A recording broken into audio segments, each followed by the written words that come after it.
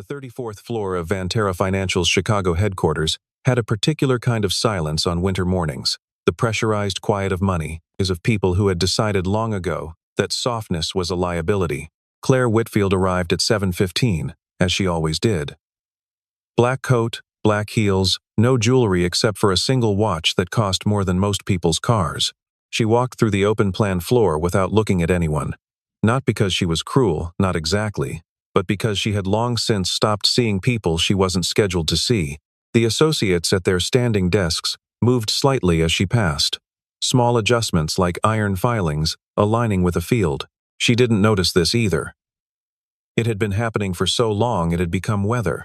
Her assistant had quit 3 weeks ago, the second one this year. The first had lasted 11 months before accepting a competing offer with a 40% salary increase. Claire had received the resignation letter via email, no conversation, and had not been surprised. The second had lasted 4 months and had offered no explanation at all, leaving a typed note on the desk that read, "I need to step away from this environment," which Claire had read twice, decided she understood, and filed away with no further examination. Today was interviews. The conference room had been arranged with surgical precision. Water carafes, leather folders, the faint smell of fresh flowers that she'd never asked for but that someone always placed there anyway. She had never identified who arranged the flowers. She had never asked. HR had sent up a short list, 6 candidates, all with MBAs, all with prior fintech exposure, all with the kind of credentials that looked good on the quarterly slide decks her board loved. She had reviewed the files the night before, sitting at her kitchen island with a glass of wine she hadn't finished, reading 6 summaries that blurred together by the 4th one. All of them were technically qualified. None of them had done anything that surprised her. The first 5 interviews confirmed this. Sharp, polished, interchangeable. The first candidate used the phrase, "synergize operational bandwidth" without apparent irony, and she had written a small mark in her folder that meant no. The third had strong references and an almost physical eagerness that exhausted her. The 5th had impressed her briefly with a genuine insight about regulatory compliance timelines, and she had written a longer mark in his folder, the kind that meant possible. Then the 6th walked in. Claire looked up from the folder and stopped. He was wearing the gray uniform of the building's janitorial service, the same logo she'd seen 100 times on the men who emptied trash cans at 11 p.m. He was maybe 35, broad-shouldered, with the particular tiredness of someone who hadn't slept properly in months. Not the kind of tired that came from working late in climate-controlled offices. The other kind, the kind that lived in the shoulders. He was carrying a battered canvas bag and a manila folder. Behind him, visible through the glass wall of the conference room, a girl sat in one of the waiting area chairs. 8 years old. Maybe 9. She was doing homework on a yellow legal pad, her backpack on the floor beside her, a pencil moving with the methodical patience of a child who had learned to wait in adult spaces and make herself small. Claire looked from the girl to the man. He didn't introduce himself immediately. He sat down across from her directly, without hesitation, as though the chair had been arranged for exactly this purpose, set the manila folder on the table, and placed his hands flat on either side of it. His hands were clean, but the knuckles were dry. The kind of dry that came from cleaning solvents used without gloves, because there was no time to bother with gloves. Mr. Claire glanced at the HR sheet in front of her. The name there was not supposed to match a janitor. She had assumed, when she'd seen the name on the list, that HR had made an administrative error. Looking at him now, she did not revise this assumption. "Mr. Delaney, yes, you're currently employed by Meridian Facility Services as a custodial contractor. That's right." She set the sheet down. Around the table, her VP of operations, a thin man named Garrett who prided himself on reading rooms and collecting credit for other people's insights, was already suppressing a smile. The head of people, a woman named Sandra, who had organized the interviews and who Claire suspected had looked at this file and put it through anyway out of some principle she wasn't going to defend, looked uncomfortable in the specific way of someone who has made a choice they're no longer sure about. Claire kept her voice level. That was her discipline. Never raise it, never need to. "Mr. Delaney, this position is executive assistant to the CEO. It involves managing a 9-figure operational budget, coordinating with boards and regulators, and maintaining the strategic schedule of this company's senior leadership." She paused. What makes you believe you're qualified? He didn't answer right away. He seemed to be making a decision not about what to say, but about whether saying it would accomplish anything at all. Then he slid the manila folder toward her. If you read that, he said, you'll understand. I'm not going to read a folder from someone who mopped our lobby floor yesterday. The words were out before she'd quite decided to say them.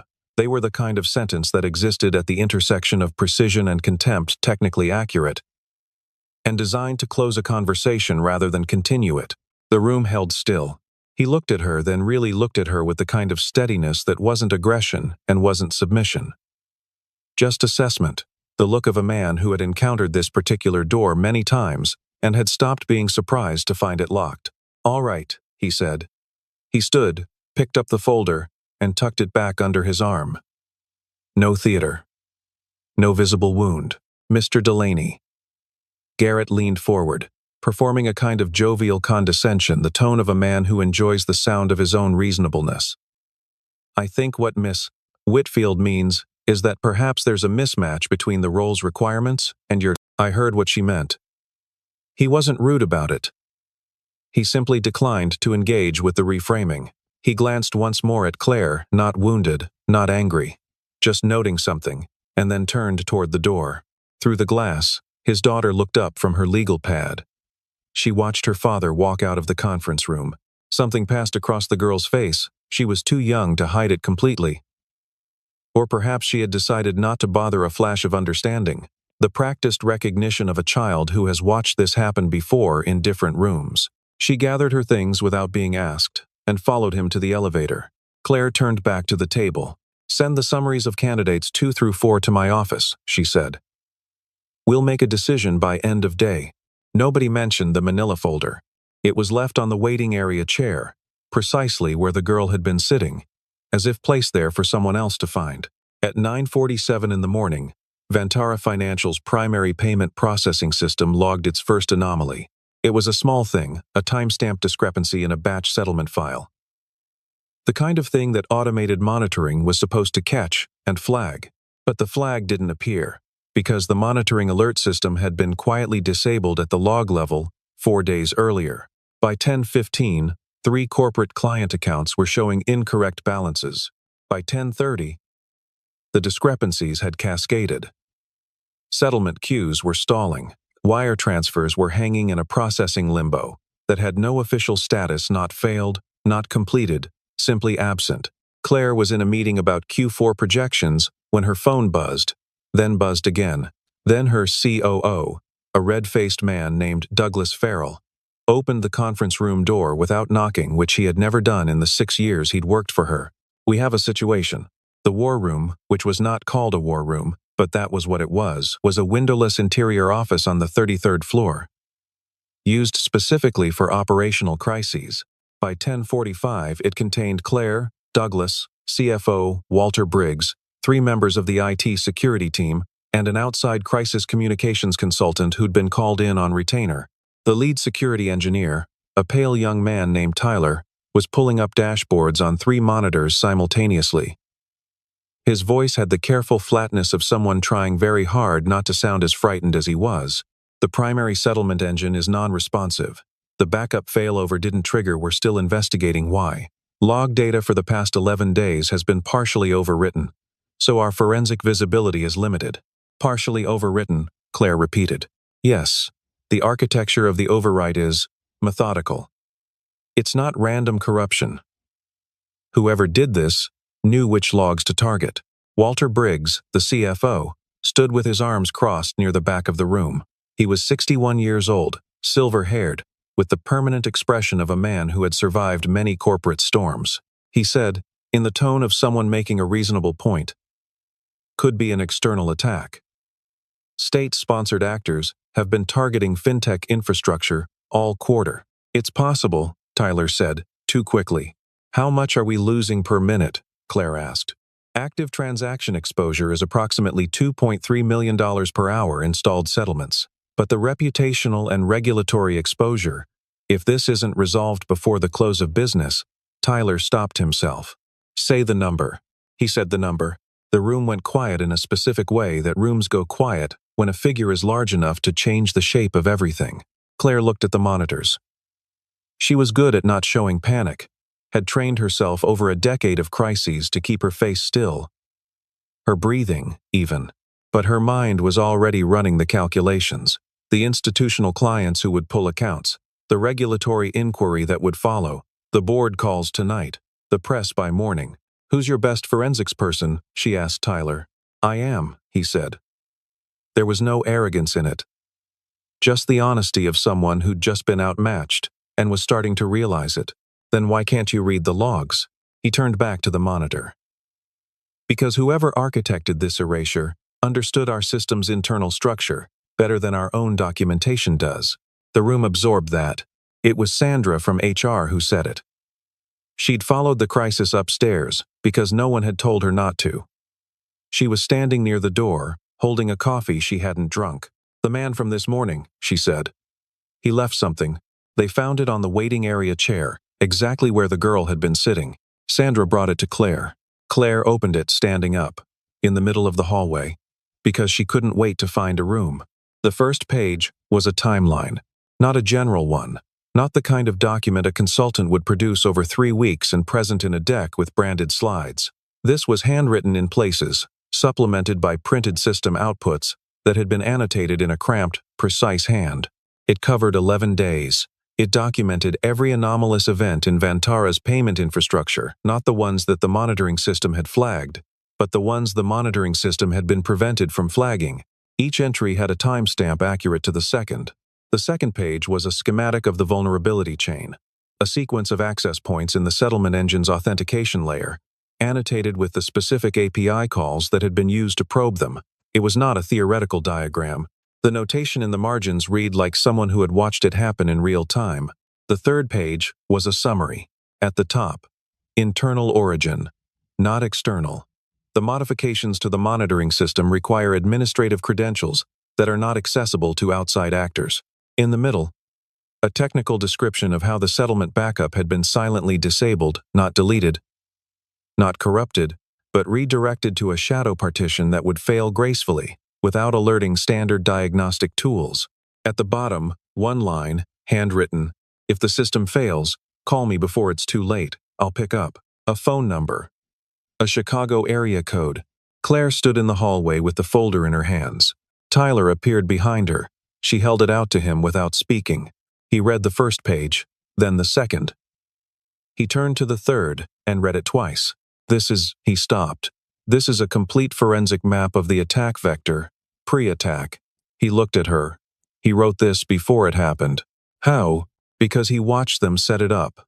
Tyler pointed to a notation in the margin of page 1, a date, 11 days ago, next to a brief description of a maintenance window. He was in the server room during a scheduled late-night cleaning.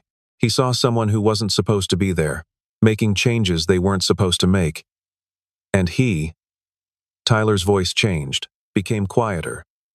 He tracked it. Every night, while he was working, he built this entire picture from what he could observe while mopping the floor outside the glass partition. Claire looked at the phone number. She thought about the way he had looked at her when he stood up, not wounded, not angry, just noting something.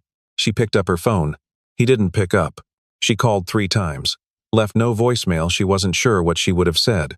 She had her assistant, the temporary one, borrowed from the executive pool, pull his HR file from Meridian Facility Services.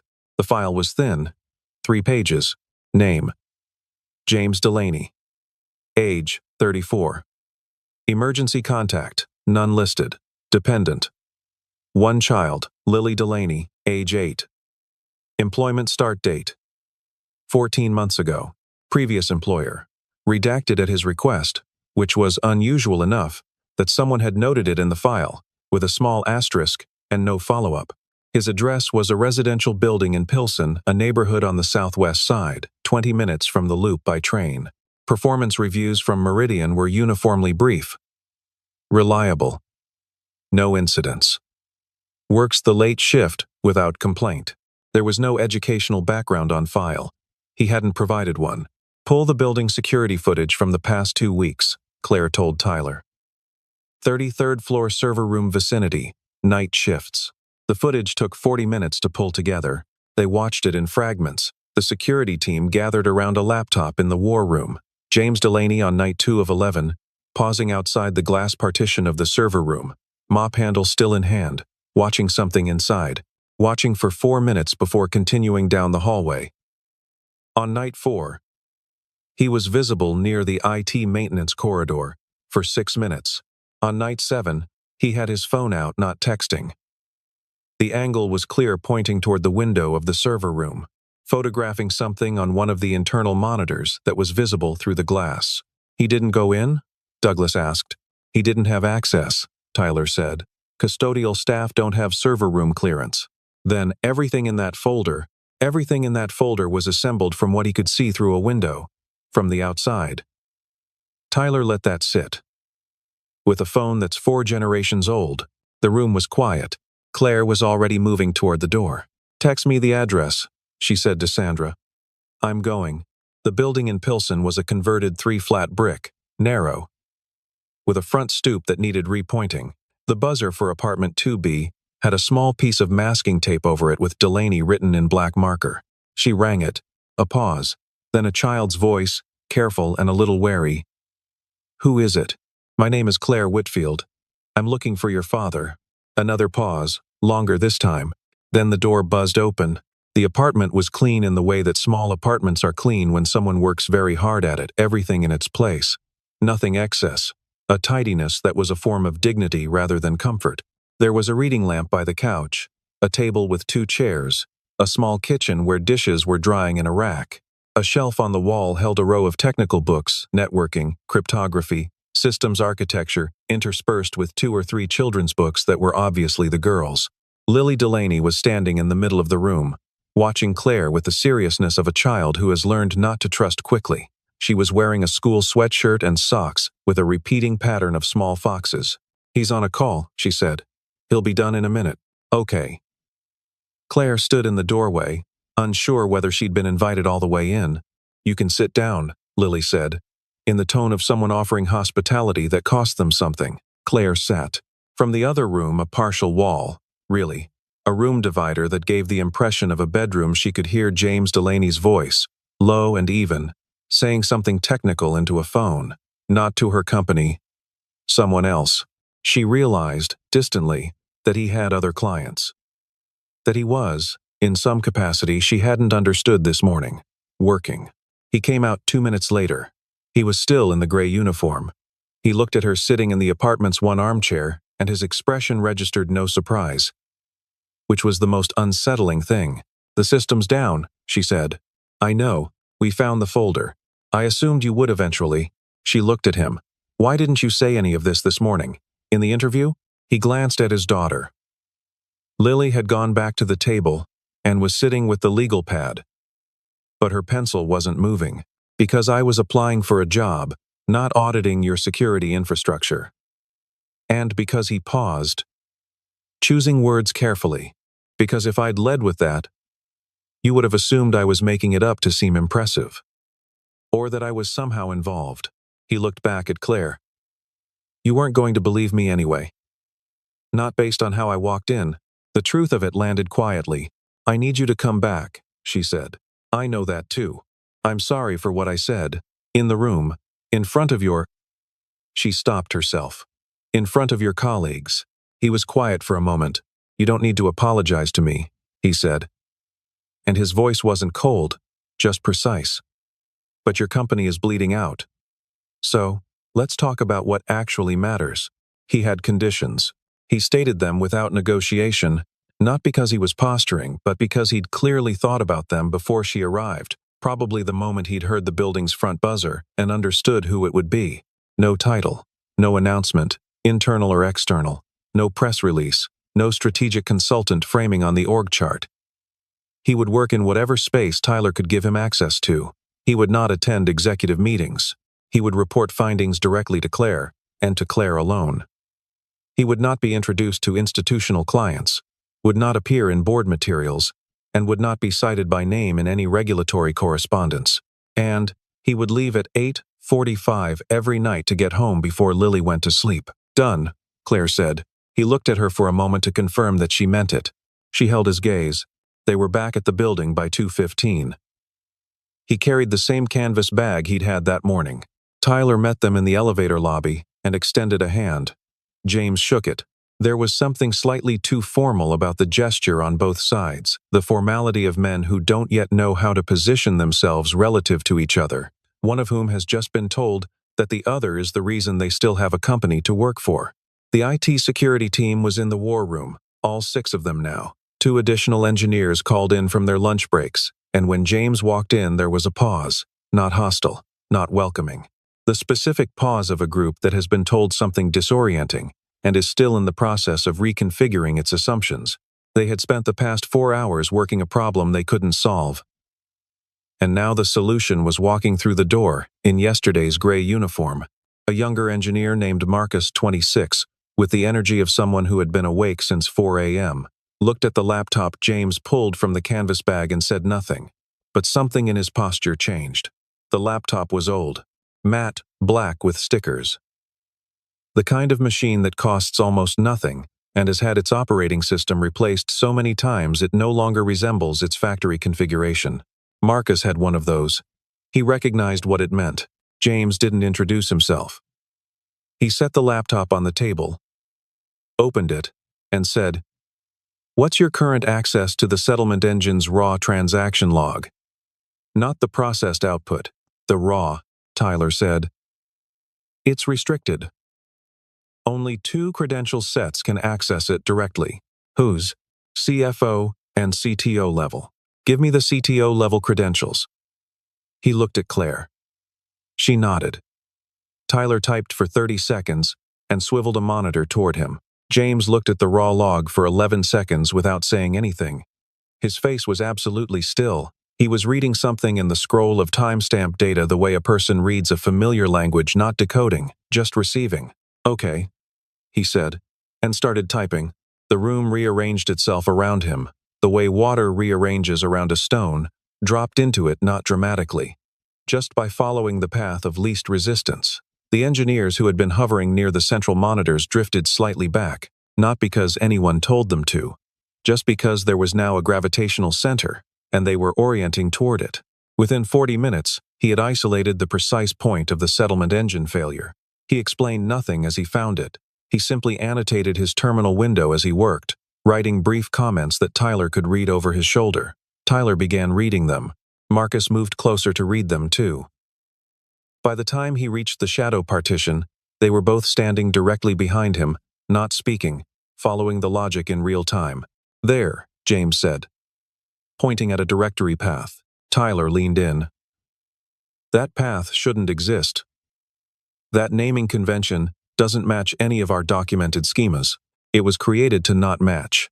It would pass any schema validation check because it uses a valid format for a different module, the archival storage module, not backup. So the backup health monitor never looked at it." He typed a single command. The directory populated with data. Settlement records. All of them. Untouched. Waiting. Marcus said something under his breath that was probably a word he wouldn't normally say in a professional setting. James didn't react. He just started typing the recovery procedure. Within an hour, the settlement queue began to clear. At 5:03, he stopped typing. He had his hands flat on either side of the laptop, the same posture he'd had in the conference room that morning. Though no one else in the room knew that.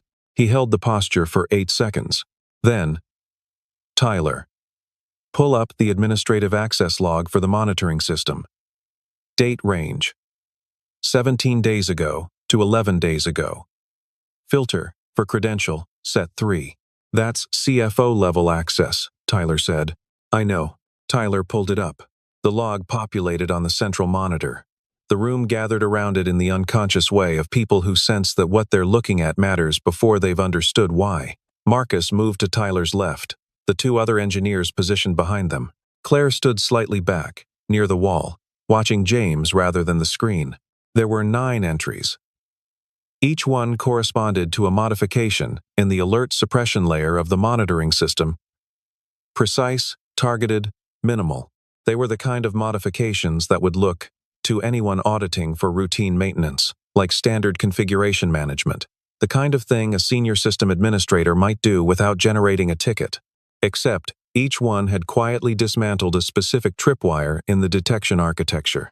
Each one was a brick removed from a wall.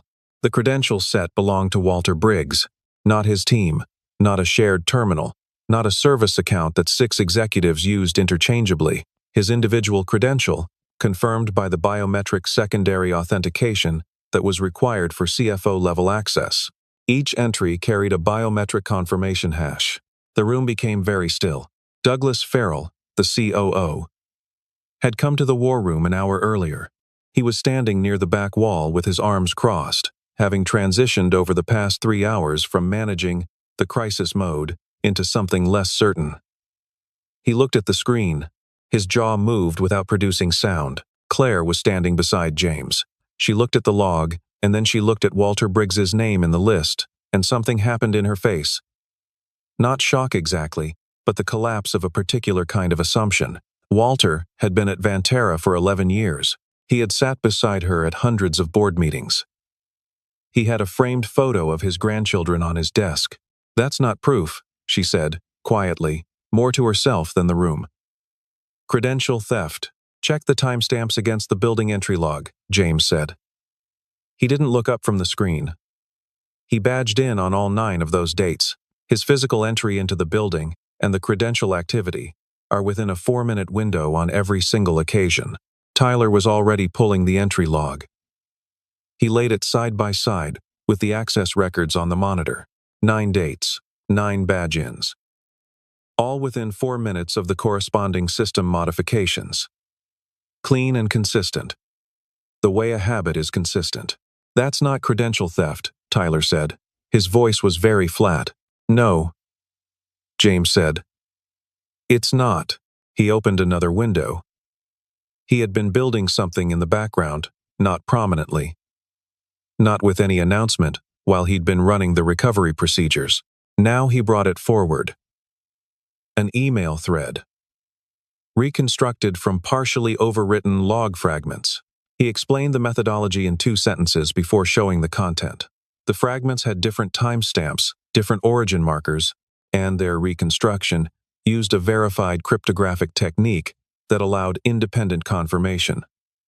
Any forensic expert could run the same reconstruction and arrive at the same text. The thread was between Walter Briggs and a contact identified as an executive at a private equity firm. The language was almost admirably bland, the studied neutrality of men who are cautious in writing. It discussed Vantera Financial's anticipated valuation, following what the thread called operational disruptions in Q4. It referenced a structure that would position a specific acquisition vehicle favorably given distressed pricing. It included, in one message, a reference to a timeline. The timeline matched the 11-day window in the folder. Walter Briggs had a 7% beneficial interest in the acquisition vehicle, held through an entity registered in Delaware under a name that bore no visible relationship to him. James moved back from the keyboard. He said nothing. He let the room read. The reading took 90 seconds. The silence that followed lasted longer. Douglas Farrell had stopped looking at the screen. He was looking at the floor, which was the posture of someone recalculating a very large number. The emergency board meeting convened at 6:30. Walter Briggs arrived in a charcoal suit, carrying the particular confidence of a man who had controlled narratives for 30 years and believed he could control this one too. He was 61 years old, and he had survived a hostile takeover attempt, 2 recessions, and 1 near-criminal investigation that had resolved in his favor due to a technicality that he had never discussed publicly. He had an attorney on retainer who answered calls at any hour. He had cultivated, over 3 decades, the specific social capital of a man who knows where bodies are buried, not because he had buried them, but because people told him things they shouldn't have, and he had never forgotten any of it. He took his seat at the far end of the conference table, poured himself water, and arranged his face into an expression of concerned composure. He had worn this expression many times. It was one of his better ones. Claire was already seated. Around the table, 3 independent directors, the general counsel, Douglas, and Sandra. Patricia, the board chair, was at the head of the table. An attorney from outside the company was present as well. Claire had made 1 phone call during the elevator ride up. to a firm she'd used twice before in circumstances that had not required a press release. James Delaney was not at the table. He was standing at a laptop connected to the room's presentation screen, to the left of the table, near the wall. If you were looking at the board members, he was slightly out of your direct line of sight. Not hiding, exactly, but positioned the way a person positions themselves when they want the work to be visible and themselves to be adjacent to it. He had not changed his clothes. He was still in the gray uniform. He had tucked the collar down. Walter opened. I understand we're in crisis mode. I want to say, for the record, that the security failure we're experiencing has the hallmarks of a sophisticated external. Walter. Claire's voice was even. I need you to stop. He stopped. Something shifted in his eyes, not guilt, not yet, but recalibration. He looked at Claire and then at the outside attorney, and then at James, whom he hadn't noticed at first, standing near the wall with a laptop. His gaze rested on James for a moment. Whatever he made of the gray uniform, he didn't say it. We have a presentation, Claire said. James didn't speak for the first several minutes. He advanced slides. The first 3 were pure data. The timeline, the access log, the badge entry records, laid side by side in a format that required no interpretation. He had reformatted them in the elevator ride up from the war room. His ability to produce clean documentation under pressure was, Claire had noticed, simply how he operated, and the presentation was legible to a non-technical board member in under a minute. The board read it in under a minute. No one spoke. They read it again. This could be fabricated, Walter said. His voice was still level, but the levelness was effortful, now the controlled flatness of a man deploying a prepared counter rather than thinking on his feet. Chain of custody on digital evidence is notoriously difficult to establish. Any competent. The access log is pulled directly from the building's badging system, which is operated by a third-party vendor, with no relationship to Vantara IT. James said. This was the first time he'd spoken in the room. He said it without emphasis, like a man correcting a factual error in a document. Their server was not accessible to anyone inside this building, including you. He advanced to the next slide, the email thread, reconstructed from log fragments. He'd labeled each fragment with its source, timestamp, and explained, in a brief paragraph at the bottom, the technical methodology used to reconstruct it. The explanation was precise enough that any forensic expert could replicate the process and arrive at the same result. He had anticipated the chain of custody objection and had built the answer into the document before Walter made it. The board's outside legal counsel leaned forward and began writing. This is conjecture, Walter said, and now the levelness was gone. His voice had taken on an edge, not the edge of a man defending himself, but the sharper edge of a man who has decided that attack is his best remaining option. This is the work of someone who is this person? Exactly. He's a building custodian. He has been physically present in this building for 14 months. He has had access to our spaces, to our equipment, to areas where evidence could be. He could have what? Claire asked. Silence. Planted evidence in a badging system operated by an independent vendor on a separate server infrastructure. Reconstructed a fabricated email thread from log fragments in a way that perfectly mimics the cryptographic signature of our own internal mail server. She looked at Walter steadily. Walk me through the mechanism. Walter looked at the outside attorney. The outside attorney did not look back at him. She was writing. I'd like to call my counsel, Walter said. You may use the room next door, the general counsel said. Walter stood. He straightened his jacket, which was the gesture of a man buying himself 2 seconds of dignity. He walked to the door. He didn't look at anyone as he left, not Claire, not Patricia, not the board members he'd sat beside for 11 years. Claire noted this because in 3 decades of watching him manage rooms, she had never seen him leave one without making eye contact. It had always been his last move. The look that said, I'll remember this, and so will you. He didn't have it anymore. The door closed. Patricia, who had been listening with the patience of someone who had seen a great deal, and had long since stopped requiring things to surprise her, looked at the presentation screen. Then at James. Young man, she said. Were you always this thorough? Or did this morning motivate you? He thought about it. Not performing consideration, actually thinking. Both, he said. Patricia nodded. The way someone nods when an answer confirms something they already believed. He worked through the night, not because Claire asked him to. She had, at 8:30, reminded him of his 8:45 condition. He'd looked up at the clock, done something mental, and said, "I need 40 more minutes to get the backup restoration to a stable checkpoint. After that, Tyler can execute the rest." "I can stay," Tyler said. "I know. But I need to walk you through the final sequence before I go." He walked Tyler through it methodically, without condescension, the way someone teaches when they actually care whether the other person learns it. He annotated his own code. He wrote recovery documentation in plain language. At 9:20, he closed the laptop, picked up the canvas bag, and said goodnight to the room. Claire walked him to the elevator. "It'll hold?" she asked. "Tyler's good. The recovery will take until morning, but the catastrophic exposure is closed." He pressed the call button. "You should sleep. The board wants to discuss your role tomorrow." "I know. Walter is going to cooperate with the investigation. His attorney called general counsel 40 minutes ago." The elevator opened. He stepped in, then paused.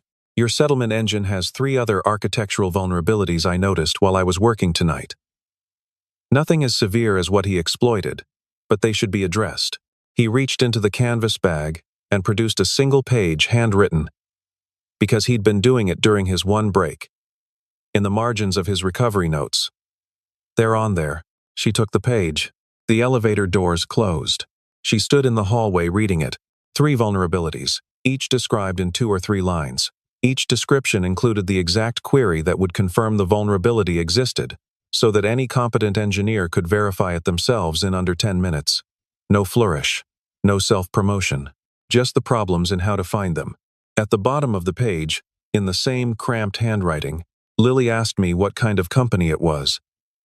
I told her it was the kind that was figuring itself out. Claire read the line twice. Then she folded the page very carefully and put it in her coat pocket. The recovery completed at 5:52 in the morning. Tyler called Claire at 6:01. She was already awake. The regulatory notification went out at 7. The institutional clients were briefed by 10. The framing was careful, accurate, and notably did not mention that the crisis had been identified and resolved primarily by a man whose official role at the company had been to empty the trash. The board met again on Friday. They approved an emergency security audit, a restructuring of administrative credential access, and the termination of Walter Briggs pending the ongoing investigation. The investigation, they were told, had been substantially advanced by the work of a security consultant retained on an emergency basis. At the end of the meeting, Patricia asked Claire directly, "Are you keeping him?" "I'm going to ask him," Claire said. She went to Pilsen on Saturday morning, which was when she knew he'd be home because Lily had a soccer game on Saturday afternoons, and the mornings were for errands and library trips, and the quiet machinery of a life built around a child's schedule. He opened the door in a flannel shirt and jeans and looked at her the way he always seemed to, without surprise, without performance. "Coffee?" he said. "Please." The apartment was in its Saturday configuration. Lily's cleats on the mat by the door, a library book open on the table, the small, comfortable clutter of a lived-in morning. Lily was at the table eating cereal and reading. And when she saw Claire, she gave a cautious nod. That was, Claire recognized, the exact same nod her father gave. They sat with coffee. Claire kept the conversation direct because she suspected he preferred it that way.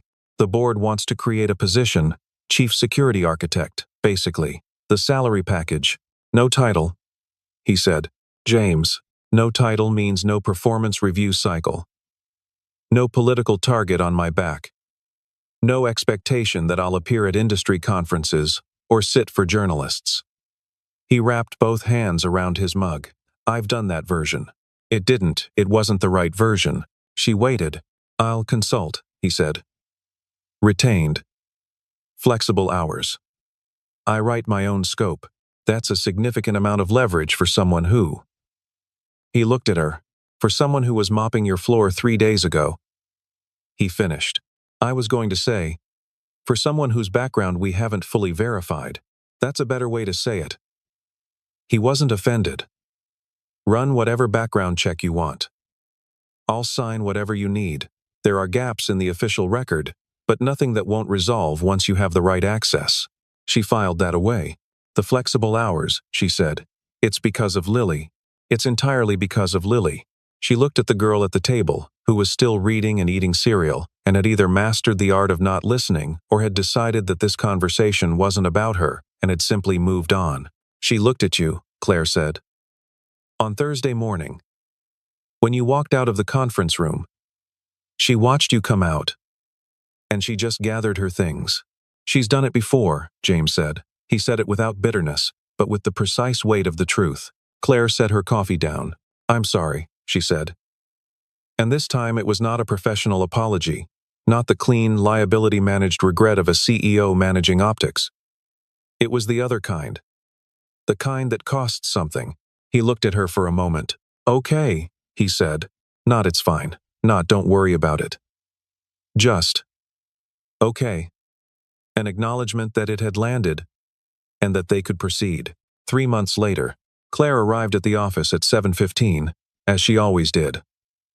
Black coat. Black heels. The same watch. The floor was different now, not in any visible way, but in the way that floors are different when something fundamental about the architecture beneath them has shifted. The associates didn't quite move the same way when she passed. Something had changed in her, or in what she communicated without words, though she couldn't have located it precisely if asked. She had hired a new assistant.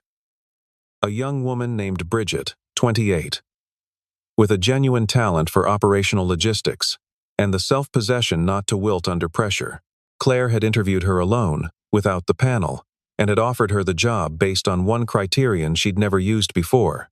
She'd asked Bridget to tell her about a problem she'd solved that no one had ever given her credit for. Bridget had answered without hesitation and without resentment. Claire had liked that. James worked on Tuesdays, Thursdays, and every other Friday. He had a standing desk in a small interior office near the IT team. No glass walls, no corner view, nothing that announced its occupant status. The door was usually open.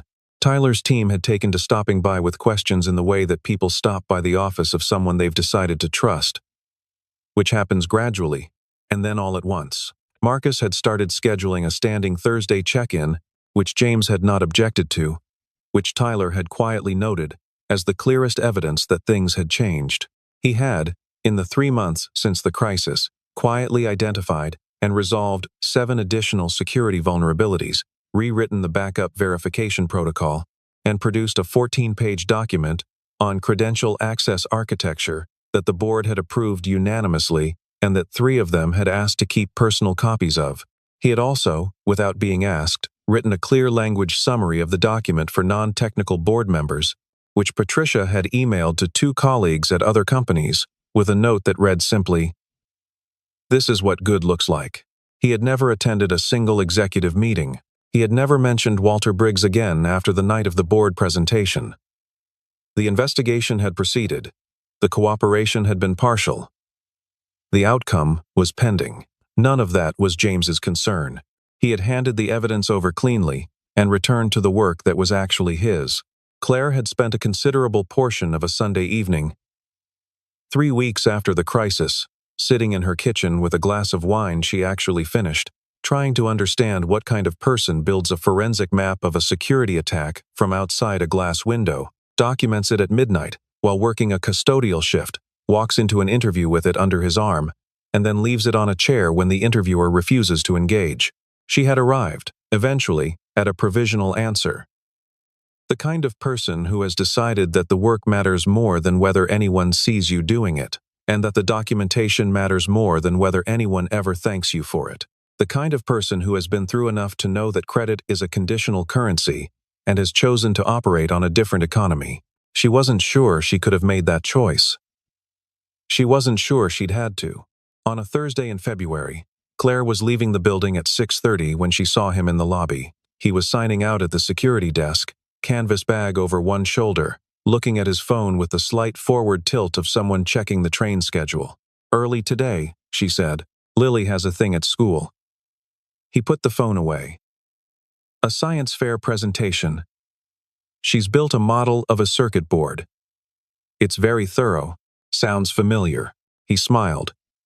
which was rare not because he was unhappy, but because he was economical with it. And so when it happened, it had weight.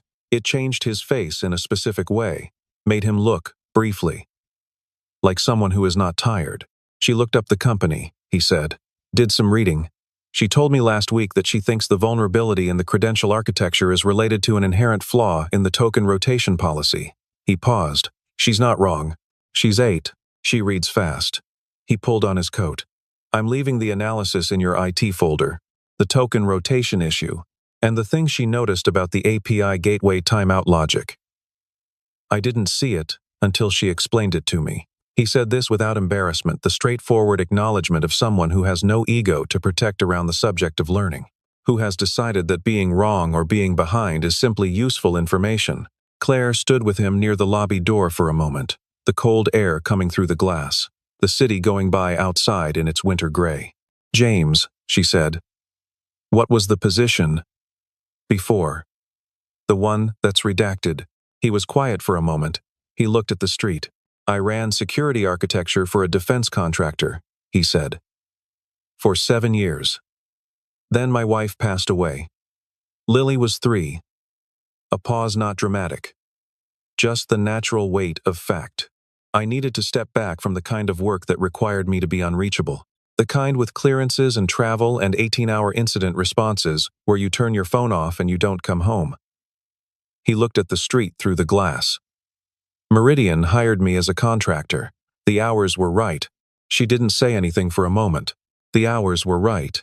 7 years of defense-level security architecture, and then Meridian Facility Services, because the hours were right, because a 3-year-old girl needed a father who came home, because some things are simply not negotiable. The hours were right, she repeated. The hours were right, he confirmed. Stating a fact he had long since made peace with. She thought about the note at the bottom of the page he'd handed her in the hallway. Lily asked me what kind of company it was. I told her it was the kind that was figuring itself out. She thought about the way he'd said, in his apartment, "You don't need to apologize to me, but your company is bleeding out, priorities clearly stated." The lobby door opened. A group of analysts came in, unwinding scarves, talking about a lunch meeting. The world reassembled itself around them, the casual, indifferent motion of a building full of people who didn't know any of this had happened. I'll see you Thursday, he said. He pushed through the door into the cold. Claire stood at the glass and watched him cross the street, not lingering, not watching for any reason she would have been able to explain cleanly, just present in the moment. The way you are sometimes present in a moment after something has genuinely surprised you about the world, and you need a few seconds to let it settle before you go back to what you were doing. A week later, she would change the company's contractor onboarding policy. Nothing dramatic. A new question in the intake form. What skills do you have that your current role doesn't use? Bridget had suggested it, and Claire had approved it immediately, which was the fastest she had approved anything in recent memory. He turned the corner. She turned back toward the elevators. There was work to do. There was always work to do, but it was different now, built on something that held.